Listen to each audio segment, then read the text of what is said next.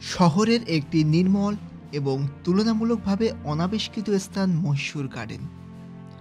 এর সৌন্দর্য সত্ত্বেও মহীশূর গার্ডেন কলকাতার স্বল্প পরিচিত আকর্ষণগুলির মধ্যে একটি, যা দর্শকদের শহরের কোলাহল থেকে শান্তিপূর্ণভাবে ফিরে আসার পরিবেশ প্রদান করে।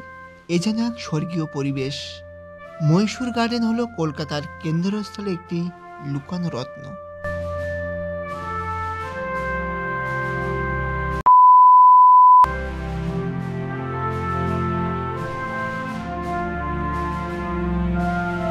হ্যালো এভরিবডি, আজ চলে এলাম এক ঐতিহাসিক স্পর্শের এক বাগানে। কলকাতার বুকে এক শান্তিপূর্ণ জায়গা মহীশূর উদ্যান বা মাইশোর গার্ডেন। এই গার্ডেনটা স্থানীয়দের এবং পর্যটকদের এক প্রিয় জায়গা হয়ে উঠেছে।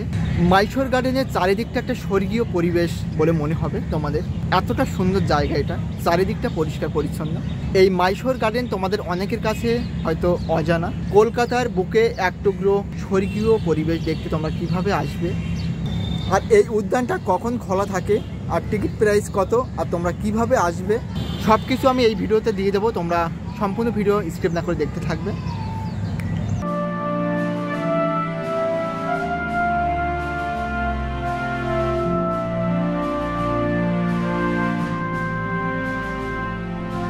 পরিবেশটা অত্যন্ত সুন্দর, মানে তোমরা না দেখলে বিশ্বাস করতে পারবে না। চারিদিকটা এত সুন্দর ফুল বাগান আর সুন্দরভাবে সাজিয়ে রেখেছে এগুলো। তো এই রাস্তা দিয়ে তোমাদের যেতে হবে। দারুণ একটা পরিবেশ, মানে এত সুন্দর পরিবেশ। তোমার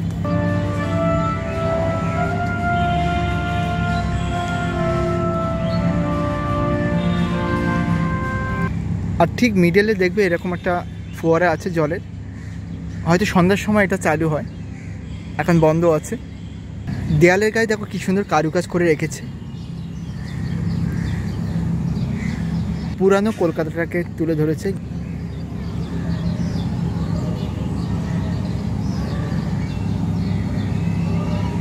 কি সুন্দর একটা ফটো আছে এখানে দেয়ালে গায়ে। দেখো এই ফটোটা দেখো কি সুন্দর, কোকিল বসে আছে, আর সম্পূর্ণ সিমেন্টের তৈরি এটা। এখানে একটা দেখো খুব সুন্দর একটা মূর্তি করে রেখেছে, ঠিক অবয়ব টাইপের কিছু মূর্তি দেখতে পাবে। তিনজন বসে আছে, হাতে মাছ আছে, কাঁচি আছে, ওনার হাতে হুগো আছে, আর এটা কুমির ছানা মনে হচ্ছে কিছু খাচ্ছে। দারুণ একটা লাগছে এটা। আর ঠিক সামনে একটা ব্রিজের মতো দেওয়া আছে, এটা মানে ব্রিজ পার হয়ে ওখানে যেতে হবে। আর এখানে কিছু জল আছে, শাপলা ফুল আছে, এখান থেকে এই জল, আর ব্রিজের নিচে দিয়ে পুর মতো এরকমই করে রেখেছে। আর ওর ভিতরে কিছু কিছু মাছও আছে, দেখো ভিতরে অনেকগুলো মাছ আছে।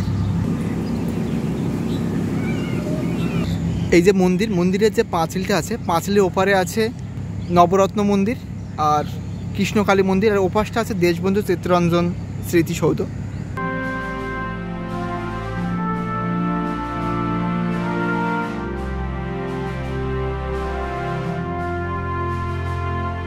মন্দিরের কাজটা অসম্ভব সুন্দরভাবে ফুটিয়ে তুলেছে, দেখো অসম্ভব ভালো লাগছে। মন্দিরের প্রত্যেকটা কাজ একটা অন্যরকম।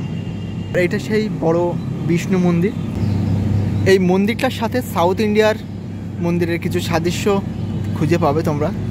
মন্দিরের ওপরটায় দেখো কত কালো কালো কুষ্ঠিপাত বিভিন্ন ঠাকুরের মূর্তি আছে। মন্দিরের ওপরের কারুকার্য খুব সুন্দর। ওপরে প্রত্যেকটা জায়গায় দেখো সিংহর মূর্তি আছে। এই বিষ্ণু মন্দিরের পাশে আছে দেবাদিদেব মহাদেবের এক মন্দির। চলো দেবাদিদেব মহাদেবের মন্দিরটা একটু দেখি।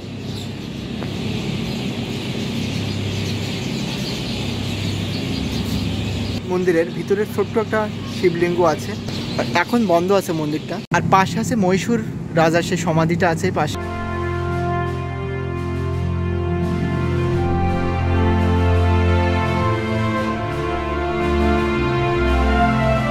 মন্দিরটা এখন বন্ধ আছে।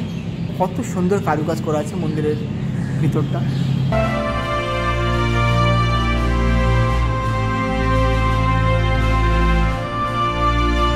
চলো মন্দিরের ভিতরটা একটু দেখবো, যেহেতু এখন বন্ধ আছে মন্দিরটা।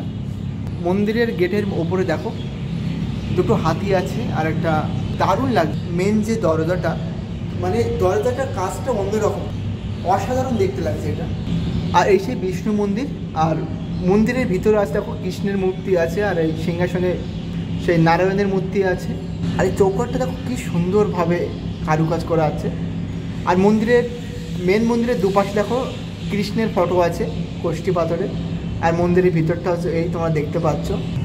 আর দেখো দেয়ালের গায়ে পুরনো কলকাতার বিভিন্ন স্মৃতি তুলে ধরেছে। এই দেখো একটা ব্রিজ পার হচ্ছে, নিচে নৌকা আছে, অনেকে দেখো স্নান করছে, জল তুলছে, দারুণ সুন্দর লাগছে এগুলো। দেয়ালের গায়ে এত সুন্দর সুন্দর কারুকাজ করা আছে।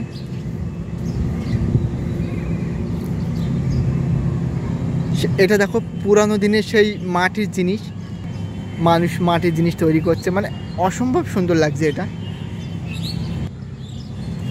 প্রত্যেকটা দেওয়ালে দারুণ দারুণ কারুকাজ করা আছে। দেখো এখানে দেখো একটা গ্রামগঞ্জ, মানে পুরানো কলকাতাটাকে সুন্দর করে তুলে ধরেছে এই মহীশূর উদ্যানে।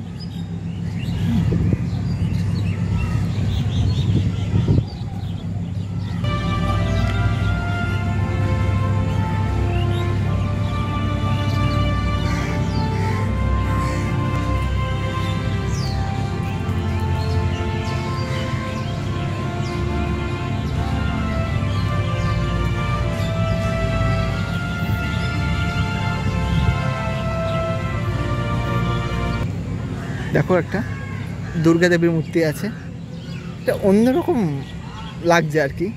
মানে এত সুন্দর পরিচর্যা করে রেখেছে বাগানটা, তোমরা না দেখলে বিশ্বাস করতে পারবে না এটা। এই দেখো কি সুন্দর, কোনো একটা ইংরেজ বসে আছে আর গ্রামের লোকজন সে তার ওনার কোনো কথা শুনছে। দেয়ালে গায়ে কিন্তু পেন্টিং নয়, এটা জাস্ট তৈরি করা, এক ধরনের মূর্তি টাইপের আছে। এটা 3D ফটোর মতো তৈরি করা আছে, এটা অসম্ভব সুন্দর লাগছে। এই মাইশোর গার্ডেন বা এই মন্দির সকাল 6টায় খোলা হয় আর দুপুর 1টায় বন্ধ হয়, আবার বিকাল 4টের সময় খোলা হয় আর রাত 9টার সময়টা বন্ধ হয়। তোমরা এর মধ্যে ঘুরে যেতে পারো। চলো এই মহীশূর উদ্যানের হিস্ট্রিটা আমরা জেনে নেই। মহীশূর রাজ্যে জন্মগ্রহণ করেন 23তম মহারাজা চামরাজেন্দ্র ওয়াদিয়ার। তিনি ছিলেন সর্দার সিক্কা কৃষ্ণরাজ উর্সের তৃতীয় পুত্র, যিনি তার পুত্রের জন্মের প্রায় 1 সপ্তাহ আগে মারা যান। চামরাজেন্দ্র 23শে সেপ্টেম্বর 1868 সালে সিংহাসনে বসেন। অল্প সময়ের জন্য তার রাজত্বকালে চামরাজেন্দ্র তার রাজ্যের ইতিহাসে একটি গুরুত্বপূর্ণ চিহ্ন রেখে গেছেন। তিনি প্রতিনিধি পরিষদ প্রতিষ্ঠা করেছিলেন, নারী শিক্ষাকে অগ্রাধিকার দিয়েছিলেন, বেশ কয়েকটি শিল্প, বিদ্যালয়, কৃষি ব্যাংক প্রতিষ্ঠা করেছিলেন এবং সরকারি কর্মচারীদের জন্য জীবন বীমা চালু করেছিলেন। তিনি সেই ব্যক্তি যিনি 1893 সালে স্বামী বিবেকানন্দের শিকাগোর ঐতিহাসিক যাত্রার পৃষ্ঠপোষকতা করেছিলেন। তিনি আমেরিকা থেকে আমদানি করা একটি ফোনোগ্রাফ স্বামী বিবেকানন্দের কণ্ঠস্বর রেকর্ড করেছিলেন। 1894 সালে মহারাজা চামরাজেন্দ্র ওয়াদিয়ার ভারতের তৎকালীন ভাইসরয় লর্ড এলগিনের সাথে দেখা করতে কলকাতায় আসেন। কলকাতায় অবস্থানকালে মহারাজা চামরাজেন্দ্র ওয়াদিয়ার ডিপথেরিয়ায় মারাত্মকভাবে আক্রান্ত হন এবং দুর্ভাগ্যবশত 1894 সালে 33 বছর বয়সে মারা যান। রাজপরিবারের সদস্য হওয়ায় তার শবদাহের পরিকল্পনা ভিন্নভাবে করা হয়েছিল। কেওড়াতলায় দহনঘাট সংলগ্ন আদি গঙ্গার তীরে এক টুকরো জমি কেনা হয়েছিল। পরবর্তীকালে বার্ন অ্যান্ড কোং ঘটনাস্থলে একটি স্মৃতিস্তম্ভ নির্মিত হয়েছিল। শবদাহ সমাধি ঘিরে একটি বাগান তৈরি করা হয়েছিল, যা মহীশূর উদ্যান নামে পরিচিত লাভ করে। আর এটাই সেই মহীশূর উদ্যান। চামরাজেন্দ্র ওয়াদির মৃত্যুর কয়েক বছর পরেই তার পুত্র নির্মাণ করেছিলেন এই বিষ্ণু মন্দিরটি। পরবর্তীকালে ত্রিপুরার মহারাজা ভগবত শিবের মন্দিরটি প্রতিষ্ঠা করেছিলেন। কথিত আছে আমেরিকা থেকে কলকাতায় ফিরে আসার পরপরই স্বামী বিবেকানন্দ একবার কালীঘাট মন্দির পরিদর্শন করার সময় শিব মন্দিরে কিছু সময় কাটিয়েছিলেন। এই যে মাঠটা আছে দড়ি দিয়ে টানানো আছে, এখানে কেউ নামতে পারবে না। এই দুই সাইডে রাস্তা দিয়ে তোমরা যাতায়াত করতে হবে, এই রাস্তা দিয়ে আর ওই রাস্তা দিয়ে। ওই যে মন্দির আর এই উদ্যানের পাশে একটা এক্সারসাইজের একটা রুম আছে, এখানে সকলে এক্সারসাইজ করে। এটা কলকাতার বুকে এক টুকরো স্বর্গ বলা যায়। অসম্ভব সুন্দরভাবে সাজানো গোছানো এই বাগানটা। কয়েক ঘন্টার জন্য এসে ঘুরে যেতে পারো, মানে খুব শান্ত নিরিবিলি জায়গা। এই মাইশোর উদ্যানে আসতে কোনো টিকিট লাগে না, সকলে বিনামূল্যে এখানে প্রবেশ করতে পারে। তোমরা এই মাইশোর গার্ডেনে কীভাবে আসবে? এটা হচ্ছে কালীঘাট মেট্রো স্টেশন আর এই দিকটা হচ্ছে লেক মল। এটা সেই রাসবিহারি ক্রসিং। এই যে ক্রসিংটা পার হয়ে ওপারে যাবো আর এদিকটা চেতলা। তোমাদের সহজ একটা ল্যান্ডমার্ক দেবো। রাসবিহারি ক্রসিং এর পাশে দেখবে একটা বিল্ডিংয়ে মাদার তেরেসার ফটো আছে। যে ফটোটা যে বিল্ডিংয়ে আছে এই বিল্ডিংয়ের পায়ে দিয়ে তোমরা হেঁটে যাবে। এটা সবচেয়ে সহজ ল্যান্ডমার্ক। আমরা ওপারে ছিলাম, এপারে এলাম। আর ওপারটা লেক মল আছে আর গড়িয়াহাট বালিবাস। এই যে রোডটা ধরে এদিকটাতে এগিয়ে যাবে। এটা হচ্ছে চেতলা ব্রিজ। এটা সেই চেতলা ব্রিজ। ব্রিজের পাশে দেশবন্ধু চিত্তরঞ্জন দাস স্মৃতিসৌধ। এই রাস্তাটা ধরে আমি যাব সামনে থেকে এগিয়ে। আর স্মৃতিসৌধের পাশেই আছে কেওড়াতলা শ্মশান। কেওড়াতলা শ্মশানের পাশেই বড় প্রাচীর দেখতে পাবে। ওপরে দেখবে মা লক্ষ্মী দেবীর ফটো আছে, ওপরে দুটো হাতি আছে।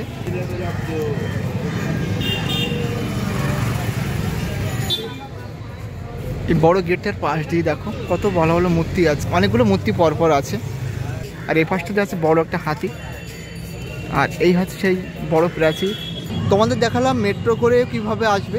তোমরা যদি হাওড়া থেকে আসো তাহলে হাওড়া থেকে তোমরা বাস পেয়ে যাবে রাসবিহারি অ্যাভিনিউ বা চেতলা, কালীঘাট, এই বাসে তোমরা আসতে পারো। আর যদি তোমরা শিয়ালদা থেকে আসো, শিয়ালদা সাউথের দিক থেকে তোমার ট্রেন ধরতে হবে। সাউথের ট্রেন ধরে তোমাদের আসতে হবে টালিগঞ্জ। টালিগঞ্জে এসে তোমাদের স্টেশনের বাইরে এসে অনেকগুলো অটো দাঁড়িয়ে থাকে, ওখান থেকে অটোতে করে তোমরা রাসবিহারি মোড়ে আসতে পারো।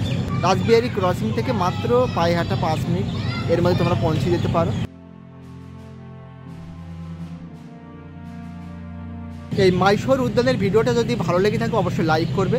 আর এই ধরনের ভিডিও পেতে অবশ্যই চ্যানেলটি সাবস্ক্রাইব করে রাখবে। আর তোমরা যদি এই মাইশোর উদ্যান ঘুরতে আসো কতটা ভালো লেগেছে তোমাদের কাছে অবশ্যই কমেন্টে জানাবে। চলো আজ এই পর্যন্ত, নেক্সট অন্য কোথাও দেখা হচ্ছে। এই মাইশোর গার্ডেনের যে বিষ্ণু মন্দিরটা দেখো রাতের বেলা কি লাইটিংয়ের কারণে অপরূপ সুন্দর দেখতে লাগছে মন্দিরটা। মানে এখানে সকলেই হাঁটতে আসে, অ্যাকচুয়ালি বসার তেমন জায়গা নেই এখানে। তাছাড়াও এখানে তোমরা এক্সারসাইজও করতে পারবে, সেই ঘরও তোমাদের দেখালাম।